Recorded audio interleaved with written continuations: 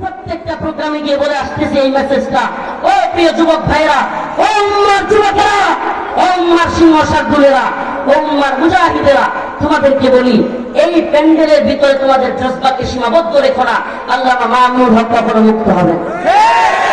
এই দালালদের কথায় বসে থাকলে আল্লামা মামুনুল হকের মুক্তি হবে না। এই দালালদের কথায় বসে থাকলে মুফতি মাহমুদ হাসান গোলামীর মুক্তি হবে না। এই দালালদের কথায় চুপ থাকলে মুফতি ফখরুল ইসলামের মুক্তি হবে না। এই দালালদের কথায় বসে থাকলে শেখ জসিমউদ্দিন রহমানের মুক্তি হবে না। যে করোনার আলেম হোক, যে করোনার আলেম হোক, ভুল থাকতে পারে, কিন্তু জালেমের হাতে আমরা ছেড়ে দিই। যে করোনার আলেম হোক, আমি এজন্য আমি হামজা ভাই গ্রেফতারের আগে আমি বলেছি আলহামদুলিল্লাহ, আমি দেখলাম গতকাল ভিডিওটা দেখে আমার চোখে পানি চলে আসতেছিল।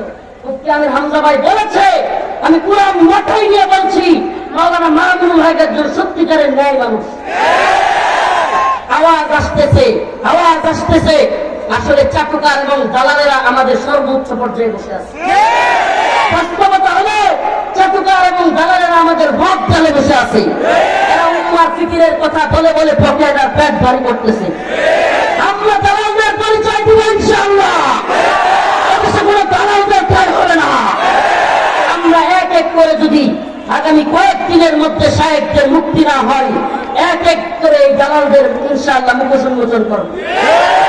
স্পষ্ট বললাম, কাউকে পরোয়া করি না, দালালদের মুখোশ উন্মোচন করেই ছাড়বো ইনশাআল্লাহ। আর যদি নিজেদের মুখোশ এবং মন বাঁচাতে চান, নিজেদের ইজ্জত সম্মান বাঁচাতে চান, তাইলে তাড়াতাড়ি মুক্তি করার ব্যবস্থা করেন। যদি মুক্তির ব্যবস্থা না করেন, প্রত্যেকের কে কি করতেছেন আমাদের কাছে একেবারে হাওয়ালা সহ দলিল সহ আছে।